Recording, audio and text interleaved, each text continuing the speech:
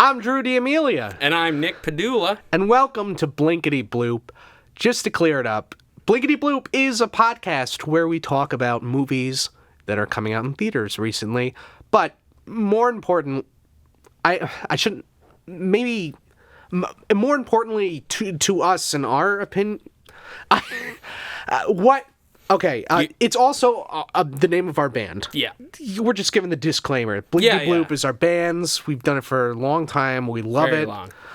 It's great music. You should check us out if you can. Blinkity Bloop. We're the Blinkity Bloop Boys. But also, it's the name of this podcast where we talk about movies. Which is totally different, but, you still should listen to both. Yeah. Definitely listen to our music. Definitely do that. And the podcast too. Yeah, because movies they're good. Movies are good. They're important. They're just as important as music, I'd say. Yeah. No, I'd say music is more important. It's been around longer. Music is incredible. Movies, there's potential. Yeah. But we saw 3 movies. We did this time around. Let's start with Black Panther. Black Panther has been getting great reviews. I think it's the best reviewed Marvel movie now.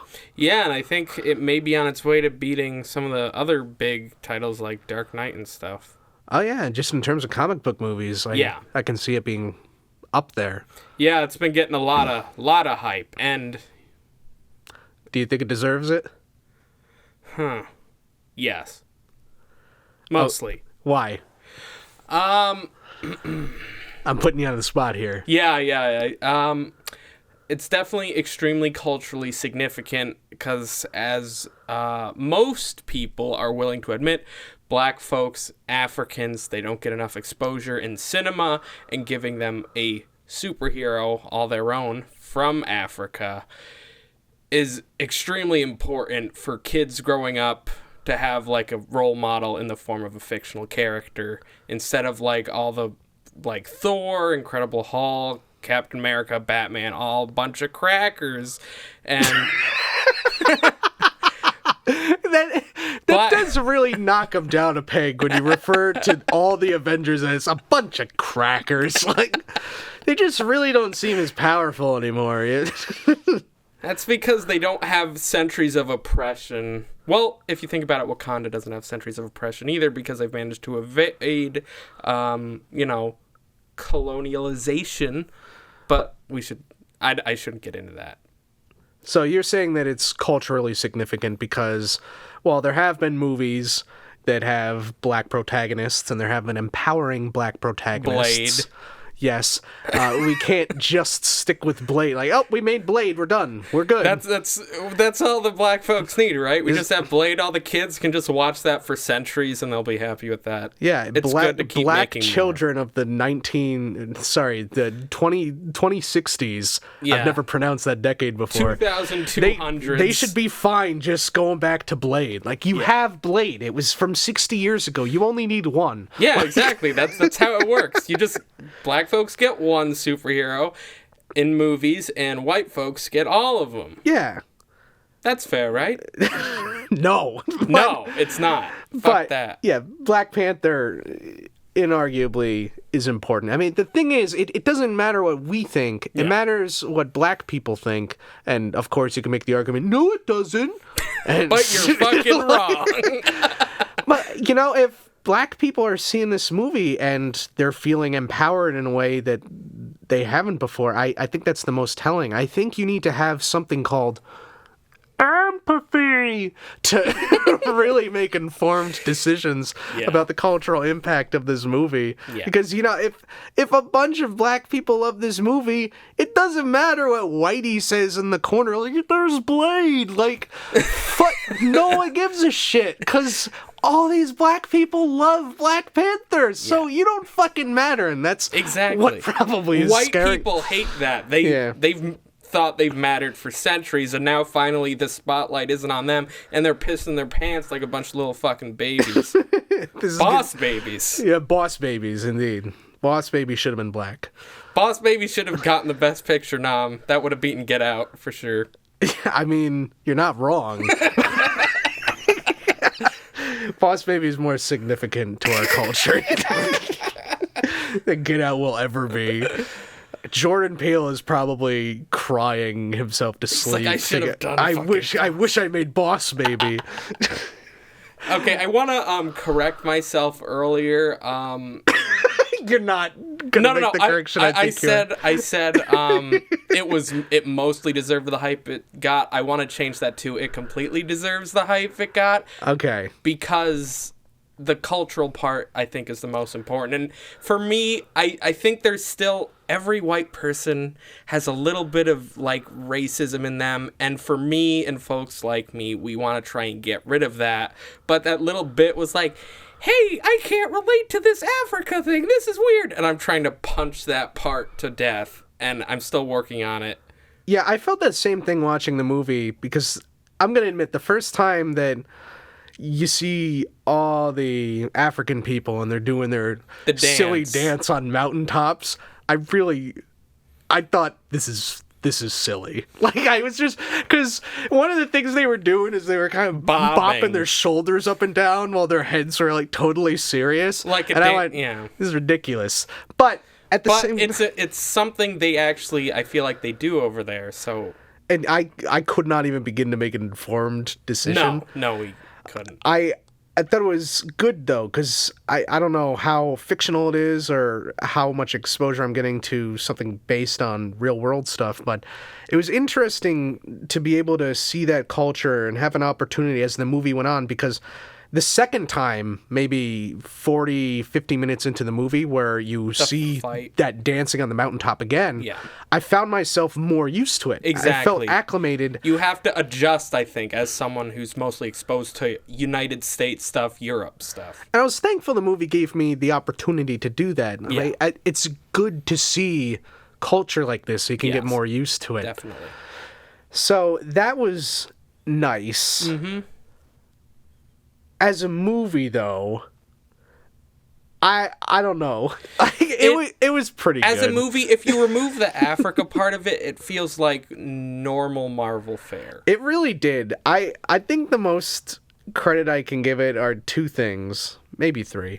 One, there were some moments, I think specifically during the one car chase, where the Black Panther had some real sick moves, and I just went, wow, that's cool. Mm-hmm. It was just cool. I don't know. I don't know that there have been other Marvel superheroes where they just pulled off a move.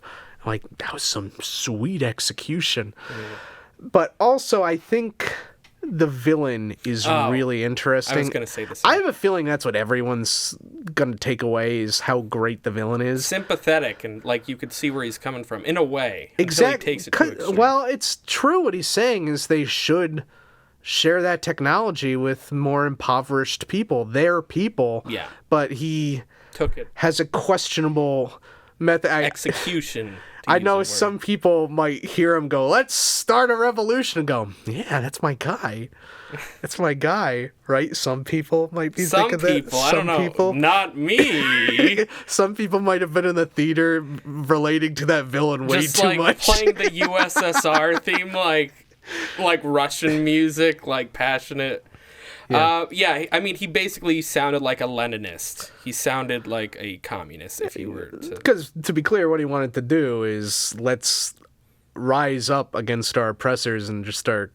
I guess he wanted to kill them, because they were weapons. Yeah. So he didn't say give, food and water to other nations. He said give weapons to other nations. Yeah. Just the fact that, I mean, the villain was very compelling in that alone, but it was also, as a third thing, it was great to see that they were willing to just tackle a social issue like that. Yeah. And they didn't even feel the need to really explain it. No. It was really organic. It was just there. It felt as simple as making a movie about a guy and a girl falling in love. That's what they treated that subject matter with. Like you're just used to it. It was just a very established thing that there's something going on. In America. Yeah, with black people around the world. Mm-hmm. And it was just refreshing to see a movie just... Not just deal with it, but treat it like, yeah, obviously this is a thing. Because usually movies are, oh my, this is a thing? Oh! Yeah. Like, Black Panther's like, yeah, it's a thing. Are you dumb? Like, it's great. Yeah. Another thing I wanted to point out, along with the things you pointed about what kind of separates it, the role the women played in it, I think, was very important. Like the head of his guard, his sister, his ex-lover, his mother. They all had a very important role in, like, the outcome of the story and how the Black Panther won. He wouldn't have won without these powerful women helping him. Yeah. Yeah, and that was also nice, too. Aside from that, though, I don't know. There was just a lot of tumbling, lots of fighting. It was fine. I can't say it was bad. You know, you have an ending where, we have a plane that's got to shoot other planes. Then we have two tribes fighting, and then we have the good guy and the bad guy fighting. And that went, this is good. But that was about it. Kind of normal Marvel fare. Yeah, I mean, it didn't rise above. It really didn't. I cared about King T'Challa, and I cared about Killmonger, and I cared about the other characters. I was hoping, actually, Killmonger would live and he could, like, find redemption somehow. Like, T'Challa would be like, I'm not going to stab you in this place that'll make you bleed out because I care about you. But because in the end, Killmonger seemed like accepting of it. Like, as he was dying, he seemed like a better person. Like, all I have to do to become nice is get stabbed in a place where I'll bleed out and die. I don't know. I think he was just looking for... That was the thing at the very end of the movie. It was the one thing I think the two of them could relate to, is that Wakanda was a beautiful place. Yeah. They just both had different thoughts about what to do with that beauty. Yeah. So it was a beautiful moment, his death, you know. Yeah. But I don't... Well, wait. I got really excited about one line he said. He said, I'd rather, like my ancestors did, I'd rather jump, like what they did is jump ship and die, because I'd rather die free than in bondage. Yeah. That was fucking powerful. Well, he had the choice of, being thrown in jail if he was allowed to live, or just letting himself die from his injuries. Yeah. And, kind of feeling kinship with his ancestors. Yeah. His slave ancestors. Yeah. But enough about that. Let's talk about the white people. Yeah. Andy Serkis and Martin Freeman. Wow, what characters they... I did not know that was Andy Serkis.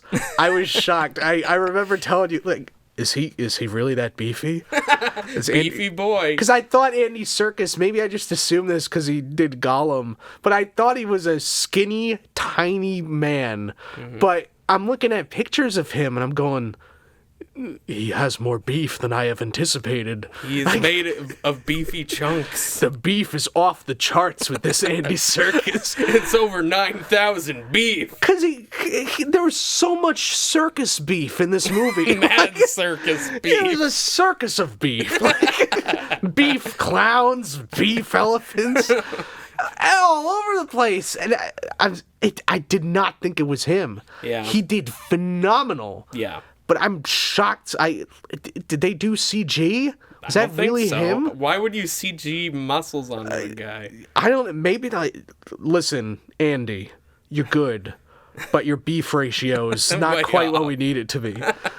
We need some more beef. We need the other white, because Martin Freeman... There's not enough white people, so they need to make up for it by making one of the white guys extremely beefy. Because Martin Freeman's a skinny little guy, so we can't have the only white representation be skinny, so we have to have the other white guy be beefy as fuck. Like, this is the two kinds of white people there are. It's like Andy Serkis times 3 with all the additional beef. Like, all right, now we have 4 white people, technically.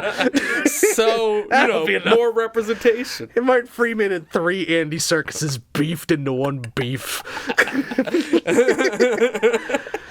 But Martin Freeman seemed entirely pointless to me. Yeah. He kind of did something at the end, but the whole time I'm just thinking, why is he here? The CIA isn't supposed to get involved in... Like, he should have just gotten healed and then shipped back to America. he should have not been in the movie. Why was he there? Yeah. What purpose did he serve? Star power. And one other white person. Do people even know who he? I know we know who he is, but I don't feel like the public really knows who he is. The public loves a good amount. Like Tumblr will know who he is because he's Watson in Sherlock, and anyone greatest show of all time. I don't fucking care. It's not. It's not good. Anyone who's a fucking dork will know he is Bilbo in the Hobbit trilogy. Sure, he's nerded around. Yeah, and I don't know if I've heard him with an American accent before. It was really interesting because I'm hearing it, and I feel like... Wait, no, did you see Fargo? No. Okay, never mind. I mean, I saw the movie Fargo. The show. Nah, not yet.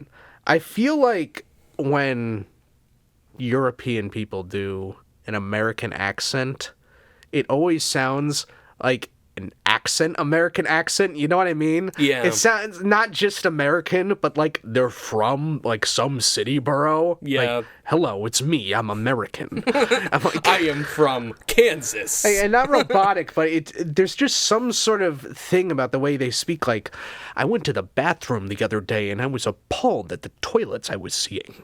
Like, I'm like, where are you from? Like, where in America? But I kept hearing the way he was talking, and it just made me think about accents, and I'm trying to think about the way I speak, which is pretty casual, but in a way, I think my voice kind of sounds like, oh, where are you from?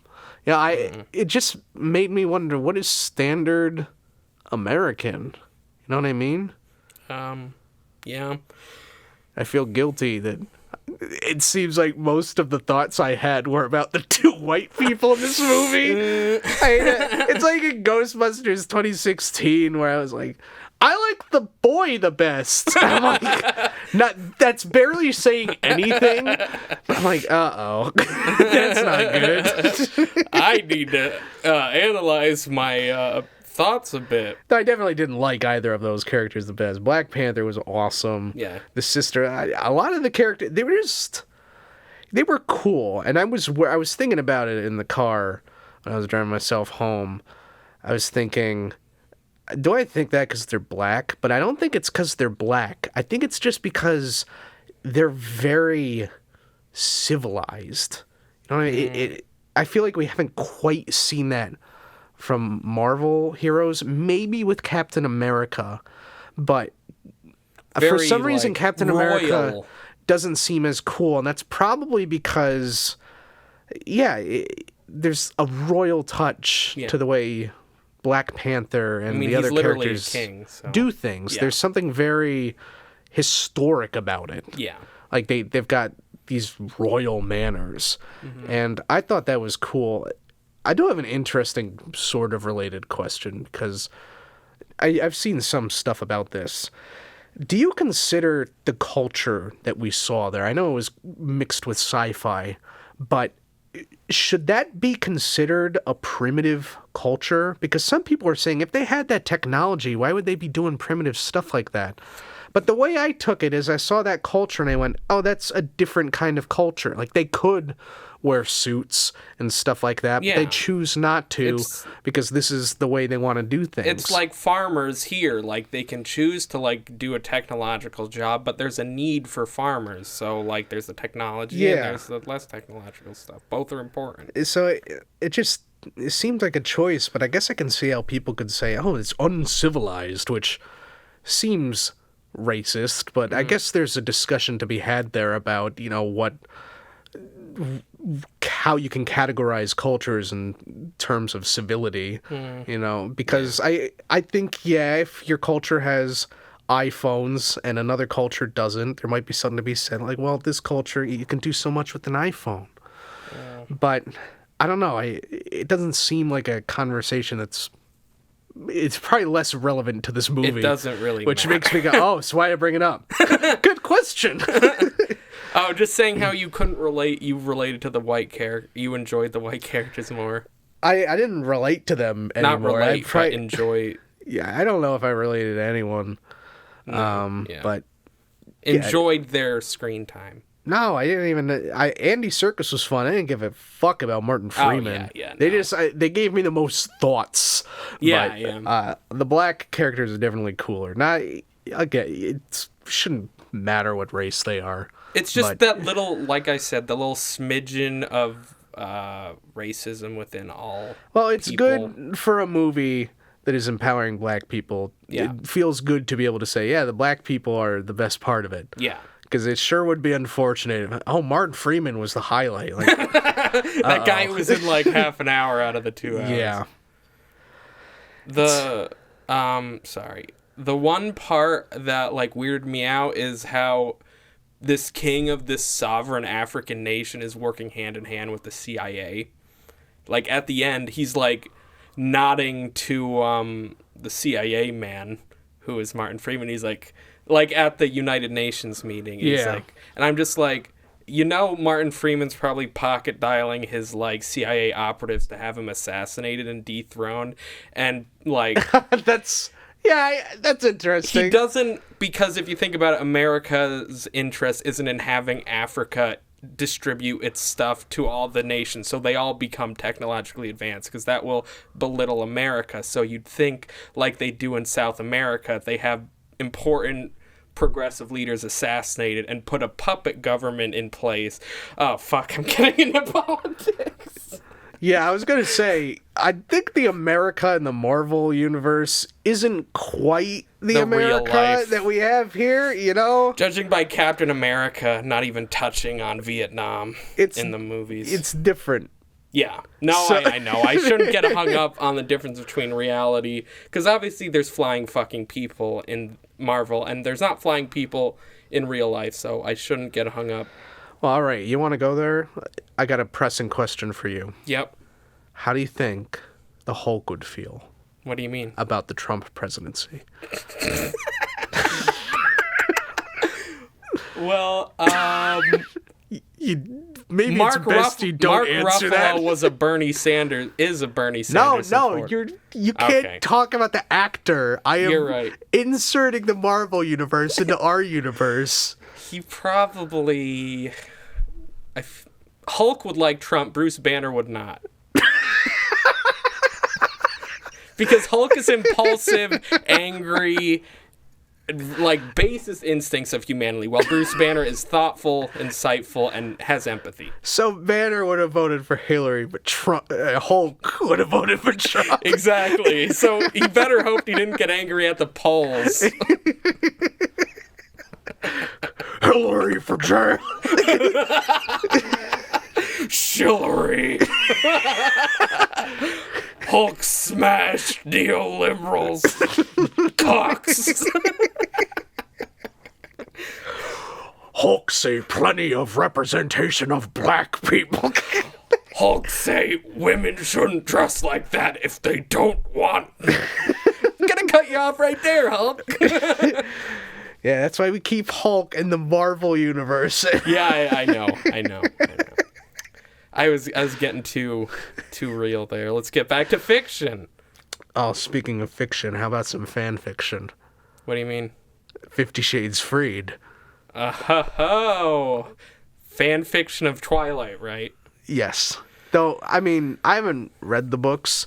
Here's a fun fact. I once wrote an entire paper on 50 Shades of Grey without even reading it, and I got a 100. That just shows how important and culturally significant it is when you can bullshit a whole fucking paper and get an A. I didn't even bullshit it. I wrote a great paper, but I did not read the book. So it's still bullshit. It's just well written bullshit. Well, you don't know what the paper had to be about. Okay, I guess, yeah, all right. But I haven't read the books. From what I'm gathering, though, it doesn't seem like there's much relevance to Twilight at all. It really seems like its own thing. They're just both about abusive relationships that people romanticize.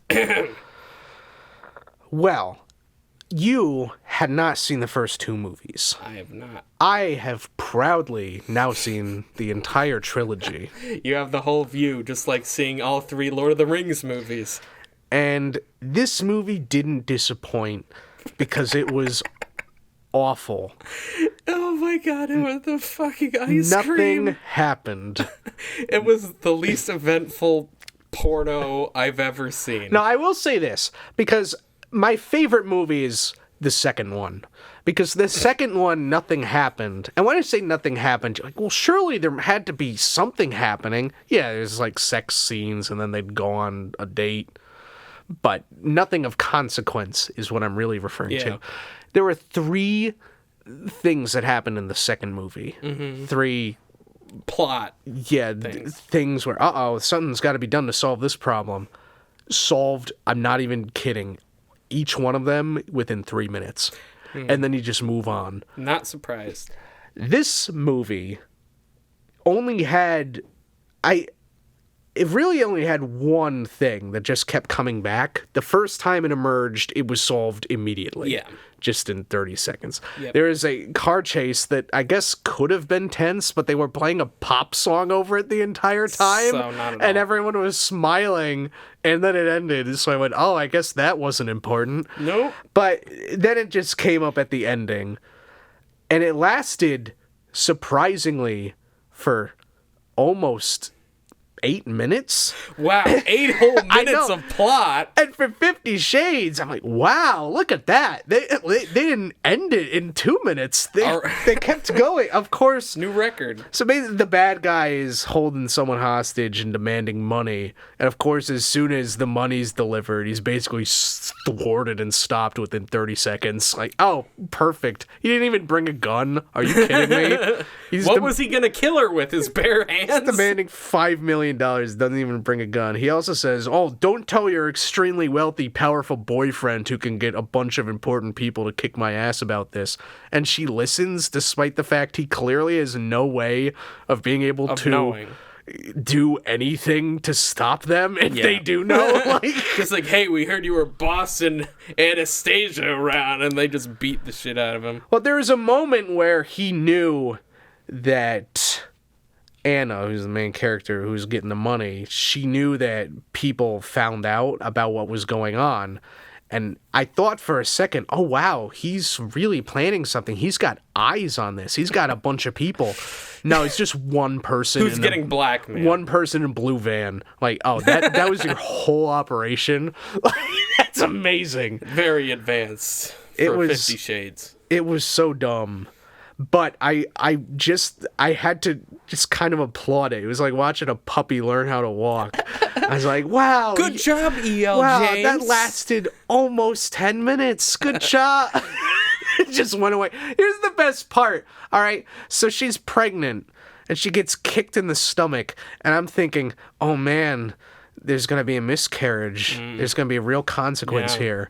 The next scene is like, oh, by the way, the baby's fine. Like, what? God damn But then it. I had to stop myself. I'm like, oh, that's right. It's 50 Shades. You can't? Yeah, there can't be consequences. No, of course not. You can't, like, kill off Christian Grey or something. The only consequence in this movie is that she got pregnant and they had to have a baby. Which and isn't... if you think about it, it's the consequence that makes the least amount of sense. Yeah. Because they never talk about aborting it. No, they completely skip that, which is weird. They have so much money. They have so much kinky sex that you think abortion would come up once.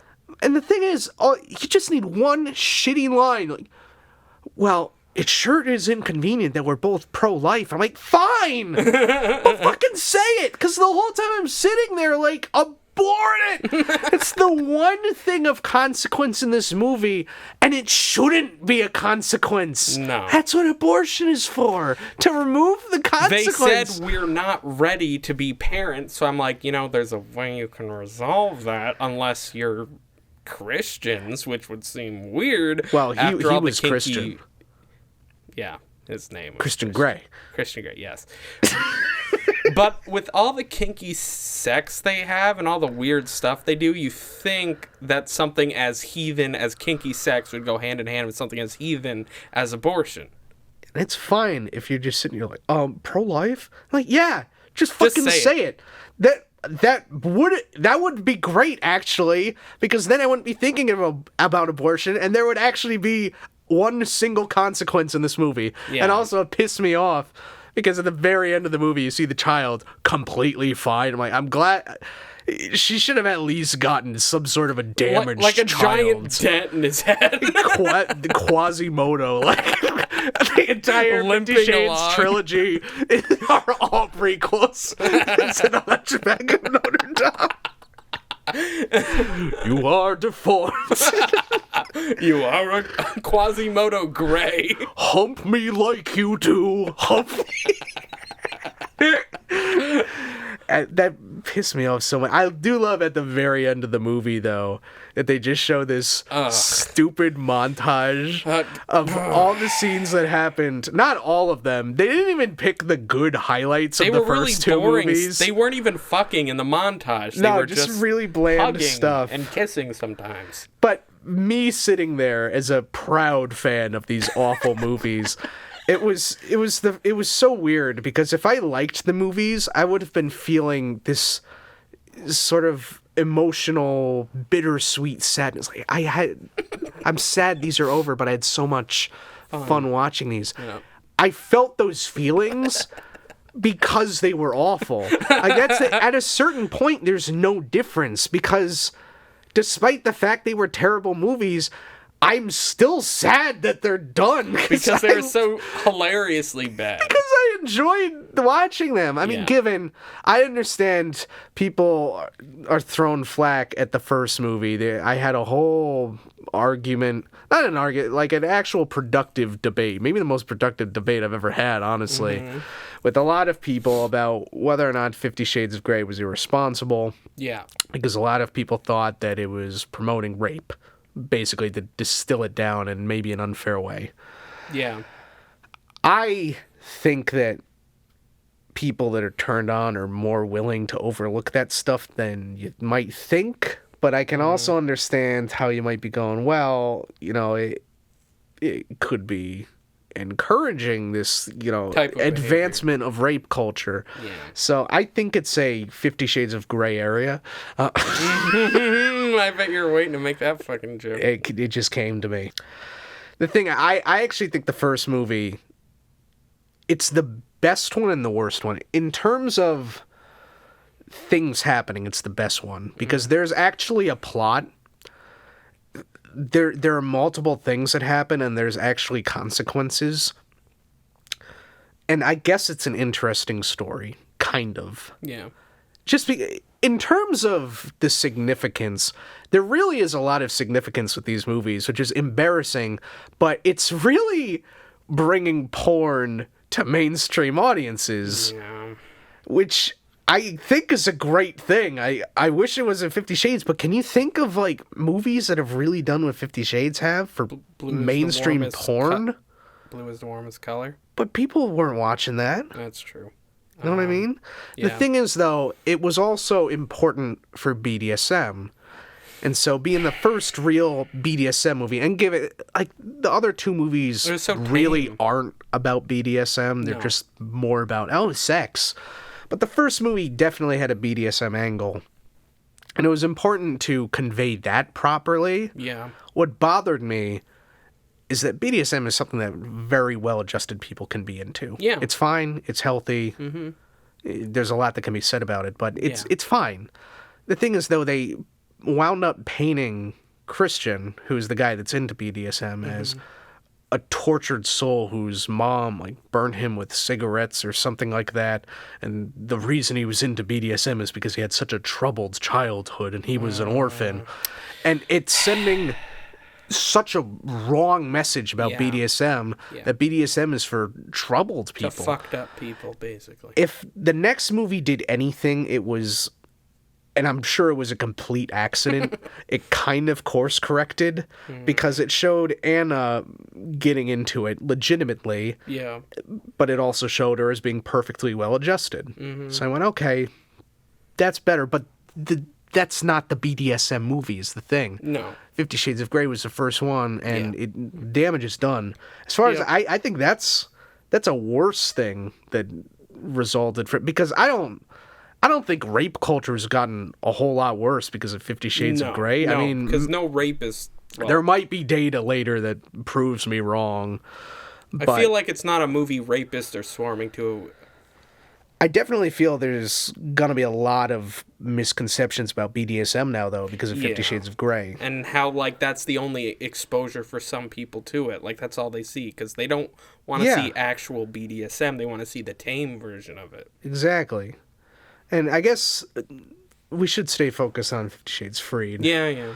So let's review the porn aspects. Boring. Yeah, I think it was the worst porn of all three movies. I really do. I mean, we keep talking about the ice cream. Let's illustrate that briefly. Basically, all it was is they were rubbing a spoonful of ice cream, Ben & Jerry's, just slowly smearing it over certain appendages and then licking it off, and it led to like crotch land, like putting ice cream on his happy trail. But it just looked gross. It looked like cum. They were just rubbing spoonfuls like of gooey semen. White splooge that they were gobbling up slowly in a kitchen. Where any of their friends could walk into at any time. And honestly, I think it's better to see it as cum. I think that's probably sexier than gobbling up like gooey ice cream. Yeah. And I get it. I mean, there's something to be said about making food a part of your sexual time. Yeah. It's something they hadn't done before, so it was creative in terms of porn in the trilogy, but it was weird. It was a little bit weird. It didn't seem sensual to me. It just seemed awkward and forced. Yeah, it didn't really seem too sensual. But that was it. The porn was not really memorable. No, it was all very bland. I had sex in the car. I'm like, whatever. She had handcuffs on at one point. I was like, whatever. I don't even remember anything else that happened. Remember when you were calling out if she was going to get pregnant, and we're like, how's she going to get pregnant? And you're like, they were in a bathtub together, and you're like, tub cum. Yeah, tub cum. And I'm just like, but wait, they're not having sex. And you're just like, oh. He could still come in the tub. Yeah. And then it'll just flow into her. Whoops. Like, ooh. And she did get pregnant. But then we were like, oh no, it was during the ice cream scene she got pregnant, and she got pregnant with the ice cream, and so she's pregnant with a little bit, like they're showing the ultrasound, and it shows her womb, and it's a little tiny pint of Cherry Garcia. She gives birth like a half ice cream, half human. Like, where's my dad? He melted. I ate him. I ate him with the person I did adultery with. Your dad died on my lover's legs. And if you don't be quiet, I might eat you too. I always hunger. Laughing like you do. No, there were other moments of this that were just so inconsequential, which was great. I loved it. It was hilarious. I think what Christian's brother proposes to a girl, and they get married, and this is what I thought was going to happen. I thought that in an earlier scene, Anna saw Christian's brother flirting with another girl. Right.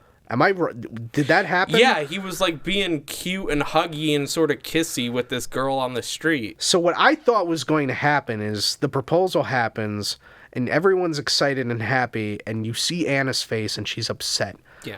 And I was thinking this is going to lead to something where Anna has to reveal information and break off this proposal, but it's uncomfortable because her husband is the brother of this guy. Yeah. I'm like, wow, this is going to lead to a lot of interest. Instead, Anna's just smiling and happy, and then it never comes up again. And it's like, oh, all right. Literally, I don't even know if we see those two characters again after that. No, I don't think we do. And again, at first I'm like, wait, what? And I went, oh, that's right. It's 50 Shades. No consequences. Right, it's great. Yeah. There was that woman that was designing their house in the beginning, and she was being a little flirty with Christian, and Anna went, hey, don't do that. She went, oh, okay. That's it. And then we never saw her again. Yeah. Like, wow, great. It's like, well, that, I mean, could we have something there? Like, maybe Christian is doing something? Nope. It was great. Yeah. Just consequence-free festive shit. Sometimes you just want to sit down for a movie where nothing fucking happens, like Seinfeld. Seinfeld shit happened. Yeah, I know. They just say it's a show where nothing happens. That's their joke. Yeah, but these movies are for no one except people who are horny. Not even them. I mean, yes, they're both attractive, but this is for people that love horse shit. That's it. Yeah. It's only for them. And, well, clearly it's not, because it's also for fucking idiots that are like, this is great. I'm like, you're dumb. I don't respect you. You're dismissing a lot of opinions. Yeah. That's fair. I guess I can understand how people appreciate that, but it's hard for me to fathom that you could also be an intelligent human being. It just is.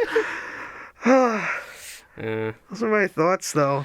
I was thinking something that you brought up while we were watching it, like, why is it called 50 Shades Freed? What is she freed from? I don't know. She starts off the movie getting married, so you think, if anything, she'd be bonded. 50 Shades Enslaved. Doesn't sound as catchy. It's inherently...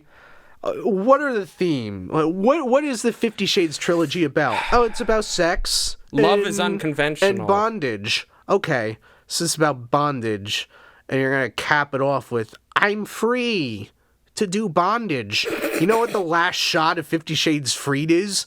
She's literally bound. Yeah. Her hands are bound behind her back. That's not free. And she's super happy about it. Yep. I guess maybe they could be going for, she's free to be bound. That's the thing. You can find freedom in being bound. They didn't even try to make that an explanation. No. They didn't even try. I don't know if E.L. James tried to make an explanation either, but something tells me she didn't. You got 50 Shades of Grey. 50 Shades Darker. Like, okay. Then 50 Shades Freed. Like, what? Why not 50 Shades of Grey, 50 Shades of Dark Gray, 50 Shades of Black? Why not that? 50 Shades of White, 50 Shades of Black. 50 Shades of Grey, 100 Shades of Grey, 1,000 Shades of Grey. There's so many things that can be done here. But we just got 50 Shades Freed. And if you really think about it, you're like, 50 Shades of Grey. Okay, so there's gray and there's 50 shades of it. And gray is also... the name of them. Yeah. So that makes sense. And I don't know, what are they implying? It's a gray area, this BDSM thing? Because...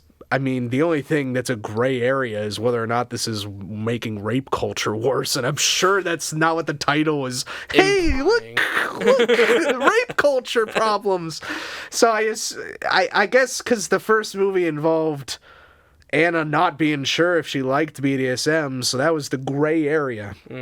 Sure, all right, fine. And there were 50 whole shades of that gray. Okay. 50 Shades Darker. I mean, just on its own... Was it darker than the first one? You don't have gray to work with, so you don't know what color, but you know that it's 50 entire shades darker. That's a lot of shades. In the first movie, you were dealing with 50 separate colors all at once. In this movie, you're taking one color and going 50 below it. So you actually have only one shade, but it's 50 shades darker than the shade you started at. And for all I know, it's hot pink. It's just a really dark pink. A really bright white. So, you go, what? Yeah, it doesn't add up. It doesn't make sense in a color way. No. But maybe, is the movie darker? Yeah, I guess. So it's a little darker. 50 whole shades darker. Yeah. But 50 shades from which of the 50 shades of gray is it 50 shades darker than? Or is it 50 shades darker than each of the shades of gray? So that's technically, a lot of colors. If you think about it, it'd be 50 times 50, which... according to my calculations, is 2,500 times shades darker. 2,500 shades darker. A very wide spectrum of grays. then you have 50 Shades Freed. Which isn't a color. What the fuck could that possibly be? 50 Shades, okay. Freed. Were they imprisoned? Purple needs to get out. How do you hold colors hostage? Or in a prison. Colors come from light. They're an abstract concept. Did you just have the lights off and you, like, flicked a light switch? Like, be free! Be free, colors. I'm glad you turned on the lights. You fucking idiot. That's probably how E.L. James perceives light. When I turn the light off, there's only black. There's no other colors. So the first movie, you have this, like, double entendre, I guess, that's dealing with the main character and also just ambiguity with sexuality. That makes sense. And in the third movie, you have, I turned on the lights. And then there's color. It's perplexing to me. Yeah. But I've had enough of that. I've finished. I've come all over the place. And now that I've come, I'm ready to talk about Peter Rabbit. A children's film. Yes, it's time, because I didn't want to come for Peter Rabbit. Right, that'd be weird. Peter Rabbit is a lot better than I think anyone thought it would be. I agree. I was going in expecting generic, like, boring kids movie flair, and what I got was actually pretty entertaining. Yeah, we laughed quite a bit. I'm trying to think of all the comedies I've seen recently that it's better than. It's better than Rough Night. It's better than Ghostbusters Answer the Call. No shit. It's better than Fist Fight. It's better than Baywatch. It's better than Chips. It's better than Surf's Up 2. Surf's Up 2 Wave Mania. Wave Mania, my mistake. I'm not kidding. It made me laugh more than most comedies out there have made me laugh. And you know what? I don't really have a familiarity with the original Peter Rabbit. I think it might have been read to me as a kid. And I feel like it's very British in the way that I imagine it was very polite. And I'm sure there were hijinks in it, but they were Wallace and Gromit style hijinks. No things harm, such as really. that. And the trailer for Peter Rabbit, one, made it seem like someone pooped and it was a movie. But two, it just seems like it was going to be balls to the wall. Like every 5 minutes, someone gets rabbit pee in their mouth. Like, a rabbit takes a dump in a cereal bowl and someone's like, oh, my Cocoa Puffs. Like, I really thought it was going to be like that. But honestly, and again, I say this not really knowing what the original Peter Rabbit was like. Yeah.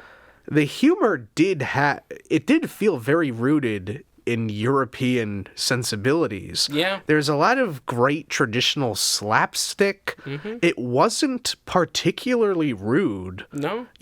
I don't think there were any fart jokes, any like shit jokes. No, it's all American. Piss jokes. It really wasn't rude. It was pretty polite, all things considered, with hijinks. Yeah. So I imagine it was a little more energized, perhaps, than the original books or whatever it was, children's books. Yeah. But I don't know. My instinct was to say, wow, this is completely ruining Peter Rabbit. But one, I have no idea what Peter Rabbit is in the first place. Right. And two, I feel like it really probably isn't. It's probably doing it more justice than harm. You'd think, yeah. That's what it seems like from where I'm sitting. Mm-hmm. What is it? Dom Hall Gleason? Yeah, Dom Hall, I'd say. Damn More Hall. like Damn Hall. He's just... I'm embarrassed to say it. This might be my favorite performance of his. We've got, like, all these great indie films he's in Star Wars and stuff, and this is Ex Machina. Brooklyn. Star Wars. Nah! that one episode of Black Mirror. Yeah. It was phenomenal at physical comedy. His line delivery was exceptional. It was great. I didn't know he had that much goofy comedy in him. James Corden was good. Yeah. I thought it was, when I first heard the trailer, I didn't see the voice cast, and I'm like, that sounds like Russell Brand. I don't think I'm going to like this fucking movie. Now, Russell Brand voiced the bunny from Hop. Oh, that may be why I got it confused. I'm like, why would they put him in 2 bunny movies? Did you see Hop? I saw it with you. Because for a while, I was considering Peter Rabbit to be like a remake of Hop. Like, please forgive us. In hindsight, I have no idea why I was considering Peter Rabbit to be a remake of Hop. Yeah, I don't know. I might have thought they were being made by the same studio at one point. Peter Rabbit was Sony, which brought you all the classic Smurfs movies that you know and love. And The Dark Tower and Ghostbusters Answer the Call. Yeah, so nothing but home runs. Yep. They should add a 5th base because Sony's just running all of them. Like, they're out of bases. They need more. Pixar is being left in the dust. Pixar is just striking out compared to what Sony's put out there. No, I'm not saying Peter Rabbit is like the next godsend movie. No. But it was. I had such low expectations that it was very easy for them to meet those expectations and then go way past them. Yeah, it was just a solid movie. Not something you'd rush to see again, but if it was on, you'd probably sit down. Yeah. I think we can both agree that Cottontail, I think was her name, the rabbit voiced by Daisy Ridley. Yeah. Easily the sexiest of all the rabbits. I don't know. I had a thing for Margot Robbie's other rabbit. Well, you didn't know it was voiced by Margot Robbie. I know. But did you still have a thing? I forgot which one she was. Yeah, I'm still not even sure. I think she was the one with the red jacket. I can't tell. All British women sound the same to me. Daisy Ridley, that's the one you want to fuck, because she was trying to break all her ribs, and just watching her dance and shake those fucking bunny hips. Man, I haven't had a chub like that since Space Jam. I assume you're talking about Lola? No. I was talking about the guy from Seinfeld. Wayne Knight. Yeah. See, Wayne Knight. That fat ass. He reminded me of a sexy little girl bunny. And Daisy Ridley just brought that to the big screen. She's the new Wayne Knight. No, I did genuinely like Daisy Ridley's character's personality, though. Yeah. I have to say, it was just really... There were moments where I just thought it was cute. Like, seeing the 3 sister rabbits just sort of dance together with smiles on. Yeah.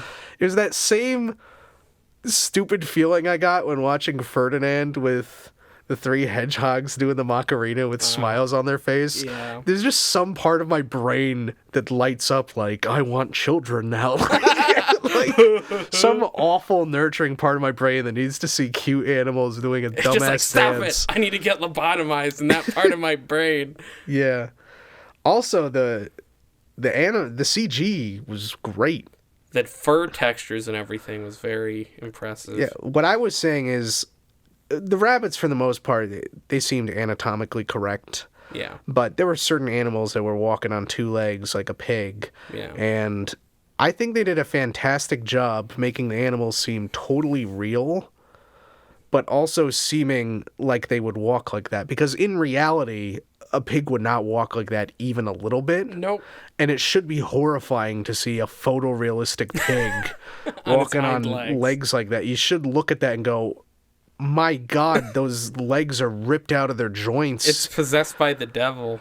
But they designed it in a way where it just didn't seem out of place. It just worked. Yeah. I think the only time things seemed really weird is when he had that joke with Domahall screaming and the pig screaming, and the way the pig's mouth was really odd. It looked too human. But honestly, then I look at Domahall's mouth and I go, that also looks inhuman, but that's actually happening.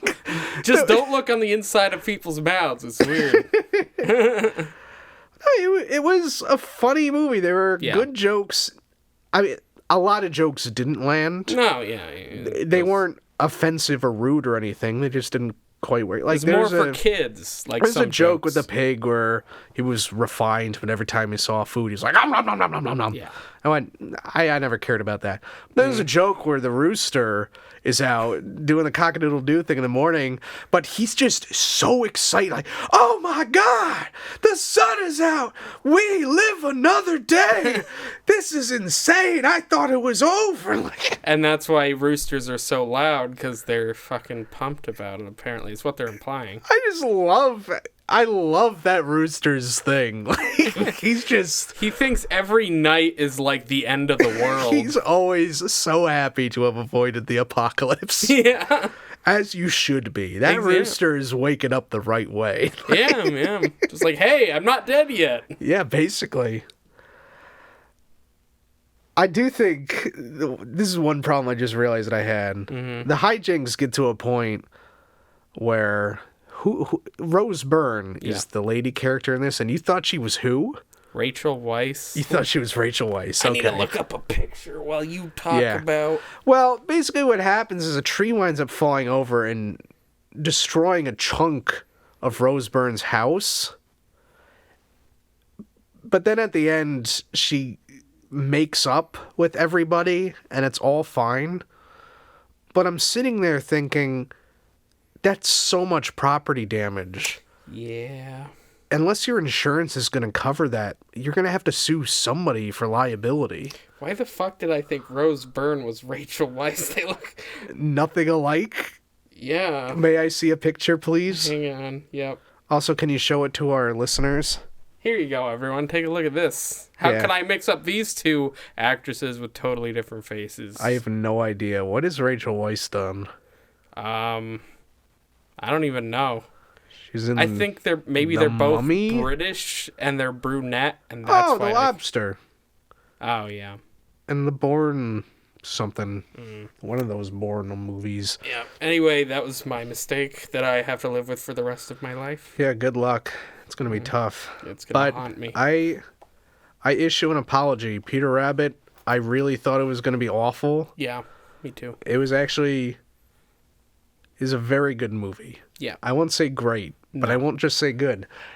I would like to finish on one very interesting note, though. Peter Rabbit has been stirring up quite a controversy. Oh. Or controversy. They say it differently in England. I'm trying to remember how they... Controversy? It's controversy for us, but for them it's controversy. Or controversy. It's something weird like that. Anyway...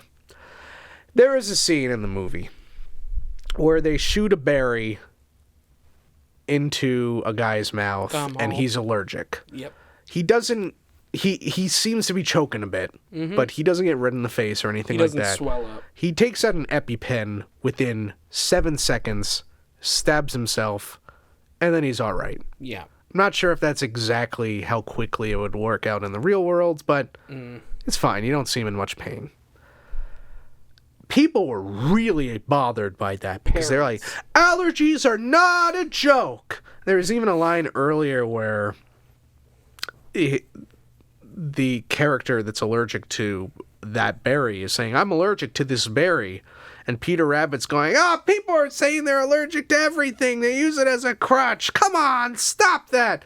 Which, to be fair, there are people that are, I'm allergic to cold weather. And it's like, no, just put on a fucking jacket. You're fine. Or like, I'm allergic to electronics. Yeah, things like that. Yeah, I do think there are people that don't get proper allergy testing. And I am someone that actually legitimately gets fucking allergy shots. Yeah. And has had allergies ruin his life. So I feel like I am allowed to say some things on this topic. But I didn't think it was bad. I thought it was fine. One, it's cartoony. I mean, but two, again, that made me think that this was going to be a real raunchy movie. Like, wow, they really went to like a dark extreme. It was nothing. It was goofy. Like, he choked for, he wasn't even making a choking noise. It just, he had a berry launched in his throat while his mouth was open. It just seems like the reaction you'd have to having food suddenly lodged in your throat. Yeah. It barely even seems like an allergic reaction. No, it didn't. And he just uses the EpiPen. Maybe they cut out the scene and he was originally swelling up like a fucking balloon. Well, that's the very interesting thing. That's a very good point, because here's the thing. They had a line in this movie that we just saw where one of the characters, after Peter Rabbit, was going like, that's just the crotch allergies. Well, people are making things up and saying they're allergic to anything these days. Yeah. And one of the rabbits said, oh, there are actually instances where allergies are a serious medical issue. And Peter Rabbit concedes, like, yeah, of course, there are some instances. You know, I wouldn't want to say there aren't instances like that. And then he turns and he's obviously, like, looking to the camera. Like, I wouldn't want to get letters. And I'm thinking, clearly that moment is addressing this boycott of Peter Rabbit. But there's no way that could have been in the movie before the allergy boycott. So did they technically re-release this movie and add that in? Because that's like a whole, like, 10 seconds of animation. When did the controversy and the boycotting start? Like a week before we just saw it. And Peter Rabbit had been out for at least a week prior to that. If they had to add more animation to that, that'd be crazy. Well, it could happen. I mean, it's quick enough turnaround time, and if you're trying to avoid controversy, then I can understand that. Yeah. And it was quick enough. If you get a team of enough people, I can see them pulling it off. Yeah. But that's just... There have been moments in my movie-going life where I swear I saw one thing in theaters, but then it'll be on DVD and it'll be different. I can't think of any outstanding examples at the moment. But this really feels like something that would not have been in Peter Rabbit opening night. No. There wouldn't be any reason for it. And now I'm really wondering if you brought up a point I didn't even think about. Maybe he was choking more. Maybe he did get red in the face. Yeah. I think I remember reading an article saying that he did have more of a reaction. And honestly, I do think that would have been crossing the line. Not because it's like territory you shouldn't touch on. Yeah. But simply just in terms of the style of the movie, that its humor is mostly not that raunchy. So I feel like it would stand out for being, oh, well, that's taking things a little too far, just considering the way the movie's been going so far. Yeah.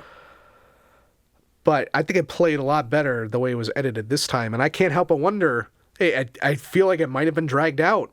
I think I read articles saying that he choked up or got a little bit red. Maybe it was like 15 seconds. I was looking it up, though, and so far no one's been saying anything about this. I can't find anybody really commenting about, oh, they re-edited Peter Rabbit. But that seems like a...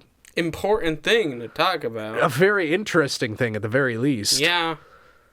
But I don't care. Whatever. That wasn't... Yeah, I don't know. I think we might be able to do this. This podcast. Yeah. It never seems like something we would ever do. Obviously, it's not something we ever thought about because we've been focusing on our music, the band, Blinkity Bloop. Yeah. But, you know, it is an interesting opportunity we have here. You know, sure, that one all right. It wasn't painful is what I'm trying to get at. No, it was fun. I'd say. And I feel like I just keep losing words to say. And I'm treading carefully here. But yeah, the podcast is fine. That was good. Yeah. I hope you guys liked it. Please keep listening, please. To both our music and the podcast. Yes, the music is a priority. You need to listen to the music, but it's also listen to the podcast because it'll help you be able to listen to our music. Right. Is how we can put it. You could be introduced to our personalities and then see our personalities in music form, I guess. Blinkity Bloop, name of our band, also the name of the podcast. Yep. Also, this podcast is brought to you by Fisher Mist Media. Mm-hmm. Fisher Mist Media is a great place where we're recording right now. So if you like the quality of this, and given we are kind of recording ourselves, we haven't hired many of the talented people that work at Fisher Mist Media, but you can certainly have a great team helping you out with all your audio needs. You can record audiobooks. You can record narration or dialogue for movies. You can record, I'm supposed to emphasize that movies especially, you can do a lot of stuff for big movies. Big productions. Small movies, but even Hollywood movies could come on over and do all their audio needs here. We have everything that they could need, so why not give Fisher Mist Media a try? And also, if you like this podcast, it's got social media and Facebook, and Twitter, I think. We don't, though. Mrs. Seeland's supposed to give me a list. Oh, the podcast does. Our band doesn't. Right. See, that's the problem. Even you're like... Even we can get confused about Blinkity Bloop. Yeah, it's hard to keep track of all this. It's extra stuff. We need... That's got to be our next goal. We gotta get social media or figure out something. We gotta look for a tech guy. We've got to know someone. We know a lot of people. It can't be that hard to make a page. It's just not something I've ever done. Me neither. But we'll figure it out. Yeah. But thank you so much for listening, and we will see you in the next one.